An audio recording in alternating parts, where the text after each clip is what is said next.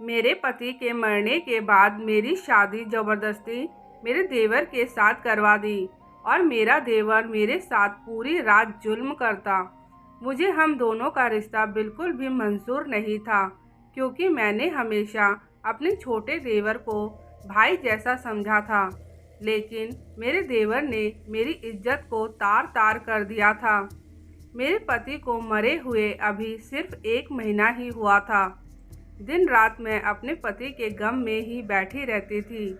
इतने में एक दिन मेरी सास कहने लगी, बहू तुम अकेली पड़ गई हो और तुम्हारे सामने पहाड़ जैसी ज़िंदगी खड़ी है।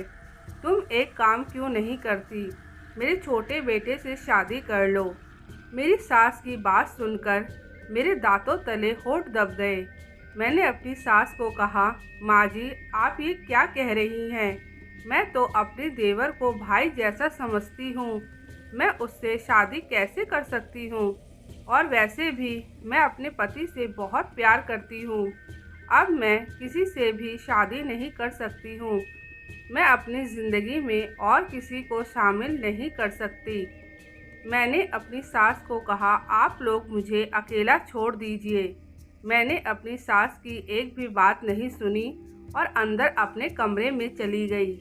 कुछ दिन बाद मेरे घर वाले मेरे हाल चाल लेने के लिए आए। मम्मी मुझे देखकर कहने लगी, प्रीति तुम कब तक यहाँ पर अकेली पड़ी रहोगी? तुम्हारी ऐसी हालत मुझसे अब और नहीं देखी जाती।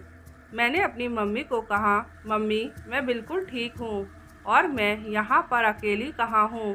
घर में माँ जी है, मेरा देवर है, यह लोग मेरा ख्याल रखते हैं।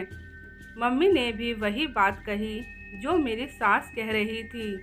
मम्मी कहने लगी, प्रीति तुम अपने देवर से शादी कर लो। मैंने अपनी मम्मी को गुस्से में कहा, मम्मी आप लोगों को क्या हो गया है? सब लोग मेरे और मेरे देवर के रिश्ते के पीछे क्यों पड़े हो? आप तो अच्छे से जानती हो मैं अपने पति को कितना प्यार करती हूँ। फिर मैं उसके छोटे भाई से कैसे शादी कर सकती हूँ? मैं तो उसको भाई जैसा समझती हूँ। लेकिन मम्मी पापा ने मेरी एक भी बात नहीं सुनी और मेरी सास के साथ मिलकर मेरा और मेरे देवर का रिश्ता तय कर दिया। मुझे लग रहा था इस रिश्ते से मेरा देवर बिल्कुल इनकार कर देगा, लेकिन हैरानी तो तब हुई जब उसने मेरे से शादी करने के लिए हाँ कर दिया। मैं हैरत भरी नज़रों से उसकी तरफ देख रही थी, लेकिन उसको जरा से भी शर्म नहीं आ रही थी।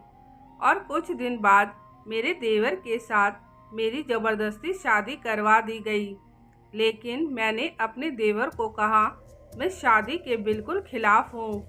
मैंने ज़बरदस्ती शादी तो कर ली, लेकिन मैं तुम्हारे साथ कोई भी रिश्ता नहीं रखना चाहती हूँ। लेकिन मेरा देवर ज़बरदस्ती मेरे कमरे के अंदर आ गया और मेरी इज्जत को तार तार कर दिया। मुझे तो विश्वास ही नहीं हो रहा था मेरा देवर ऐसा कर सकता है। मैं कमरे में बैठकर अपनी किस्मत को रो रही थी और गोपाल के साथ बिताए पल को याद कर रही थी। कैसे मैं गोपाल के साथ मिली थी और उसके साथ प्यार का सिलसिला शुरू हुआ था। गोपाल बहुत ही पैसे वाले घर का लड़का था और मैं एक गरीब घर की लड़की थी। जिस होटल में गोपाल हर हफ्ते आया जाया करता था, मैं उस होटल में वेटर का काम करती थी। गोपाल अक्सर अपने दोस्तों के साथ उस होटल में खाने के लिए आया करता था। एक दिन मैं अपना काम कंप्लीट करके घर जाने लगी तो गोपाल मुझे होटल के बाहर ही मिला और मुझसे कहने लगा, मुझे आपसे कुछ कहना है। मैंने कहा, बताइए। तो गोपाल कहने लगा, मैं आपसे प्यार करता हूँ। मुझे गोपाल की बातें सुनकर हंसी आ गई, क्योंकि इतने पैसे वाले घर का लड़का मुझसे प्यार कैसे कर सकता था। लेकिन गोपाल ने मुझसे सीरियस होकर कहा कि मैं तुमसे प्यार करता हूँ, मैं तुमसे शादी करना चाहता हूँ। लेकिन मुझे फिर भी यकीन नहीं हुआ और मैं उसकी बात को काटते हुए घर चली गई। दूसरे दिन गोपाल अपना खुद का रिश्ता लेकर मेरे घर पर आ गया। मेरे घर वालों को भी गोपाल की बात पर यकीन नहीं हो रहा था, लेकिन गोपाल अपनी मम्मी के साथ आया हुआ था। गोपाल और उसकी मम्मी ने मेरे मम्मी पापा के साथ बहुत अच्छे से बात किया और हम दोनों का रिश्ता पक्का कर दिया। रिश्ता तय होने के बाद गोपाल और मैं मिलने लगे।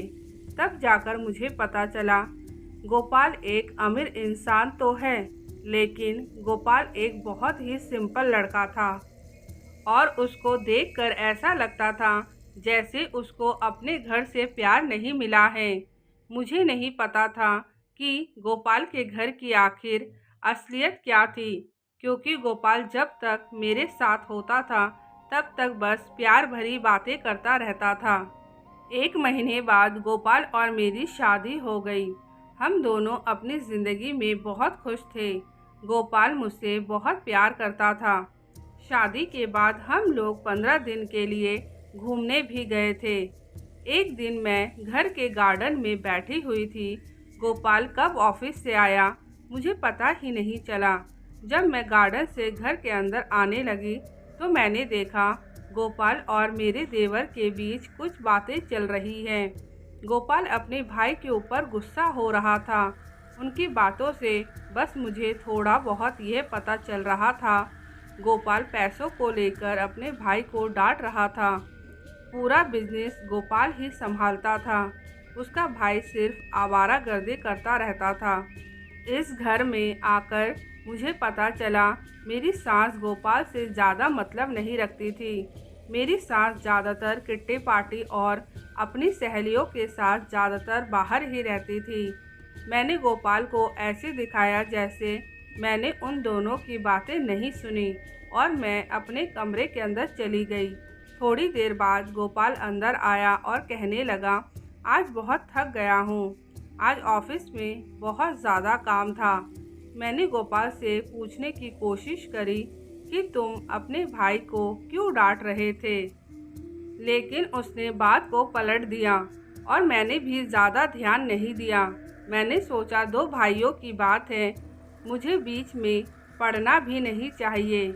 और वैसे भी गोपाल मुझे इतना प्यार करता था और किसी बात की कोई फिक्र नहीं होती थी।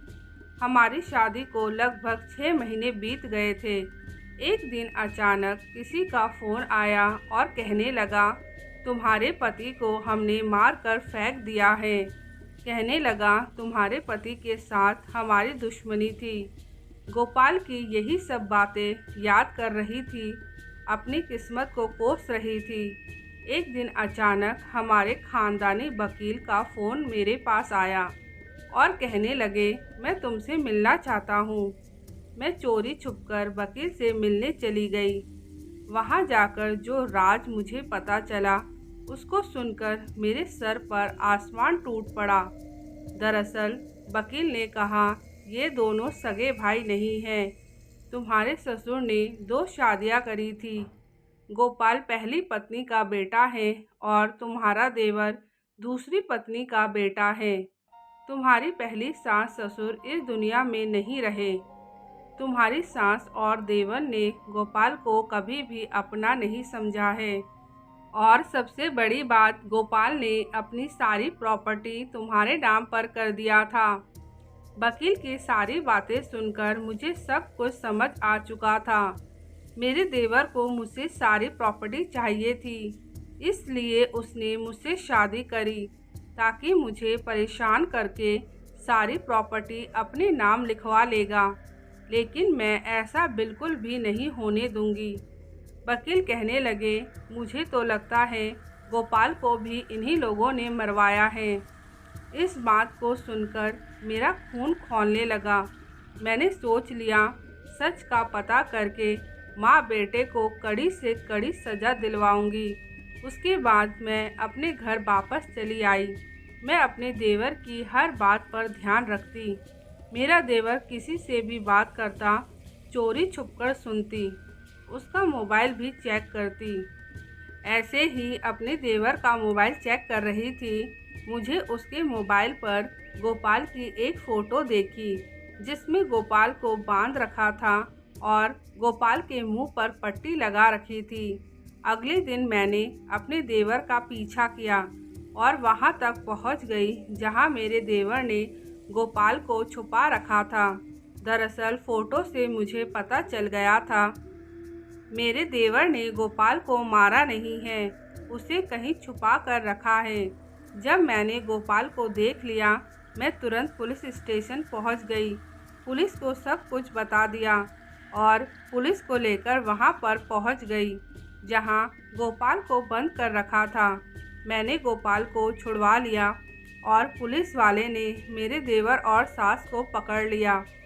मैंने गोपाल को सब कुछ बता दिया, तुम्हारे भाई ने मेरे साथ क्या किया है। मैंने गोपाल को कहा, मैं तुम्हारे लायक नहीं हूँ। गोपाल ने कहा, इसमें तुम्हारी क्या गलती है, मेरी नज़रों में तुम आज भी गंगा की तरह पवित्र हो। गोपाल ने मुझे अपना लिया। मैं प्रीति और ये थी मेरी कहानी। आज की कहानी आप लोगों को कैसी लगी कमेंट करके ज़रूर बताइएगा। और अगर मेरे चैनल पर पहली बार आए हैं तो चैनल को सब्सक्राइब ज़रूर कर लीजिएगा।